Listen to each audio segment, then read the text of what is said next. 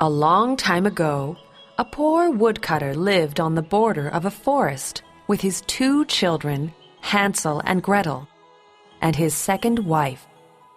The wife possessed a cruel nature and did not treat the children well.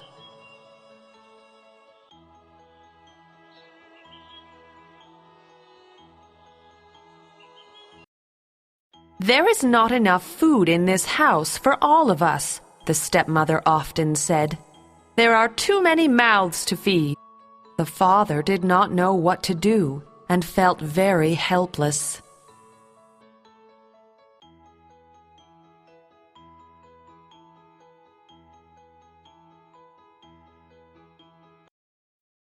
One day, the stepmother told her husband to take the children deep into the wood and leave them where they would never find their way back.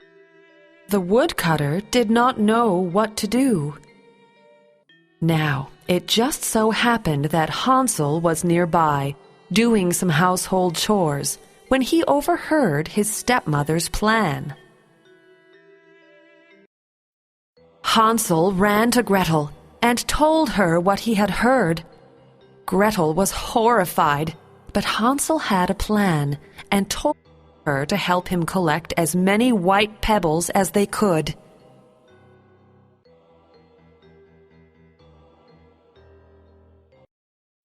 The next morning, the stepmother woke the children and told them that they were going into the forest to help their father cut wood.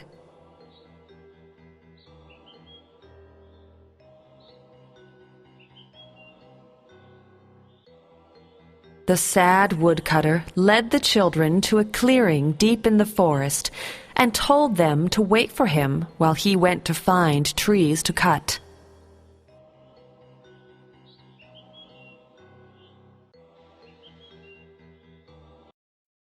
The children waited for a long time, but their father did not come back. They were very frightened. Hansel comforted his sister. "We collected white pebbles, remember?" he said. "I dropped them behind me as we made our way through the forest. All we need to do is follow them back."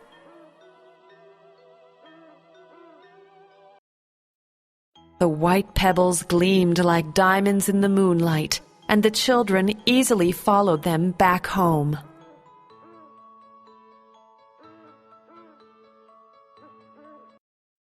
They reached their house in the morning.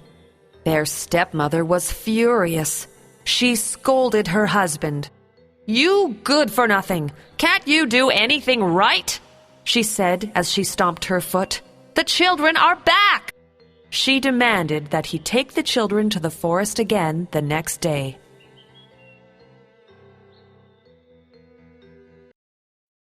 The next day, the woodcutter took Hansel and Gretel into the forest once again, only much deeper than before. Hansel did not have time to gather pebbles, so he used a loaf of bread and dropped the crumbs behind him as they walked. However, when the children went to follow the path home, the crumbs were gone. They had been eaten by birds. Hansel and Gretel were truly lost.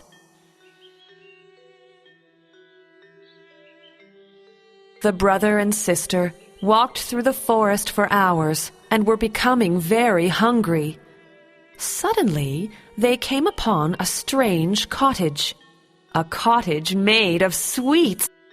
They were amazed to see walls made of chocolates, doors and windows made of cookies, and a roof embedded with icing and candy.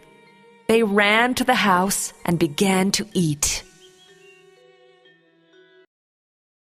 Little did they know that the delicious cottage belonged to a wicked witch, whose favorite food was not sweets, but children. No sooner did Hansel and Gretel take candy from the cottage than she grabbed them and dragged them into her home. The witch locked Hansel in a cage and told him that once she fattened him up, he would be baked into a pie. She made Gretel do the housework, but promised to eat her once she was done with Hansel.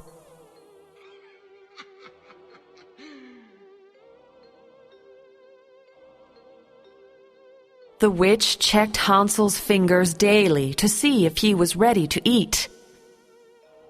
Weeks passed until finally she declared that Hansel was suitably juicy and ready for roasting. She ordered Gretel to light the oven.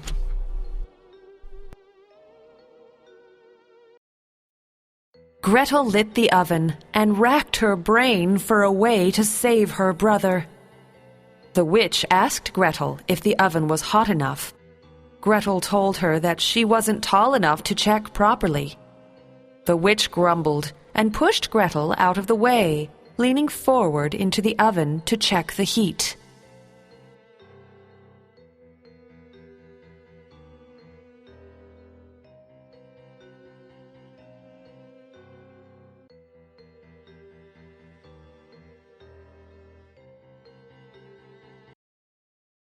Suddenly, Gretel gave the witch a great shove into the hot oven. The witch screamed as Gretel slammed the oven door shut. The witch was punished for her wickedness, and Gretel ran to free her brother.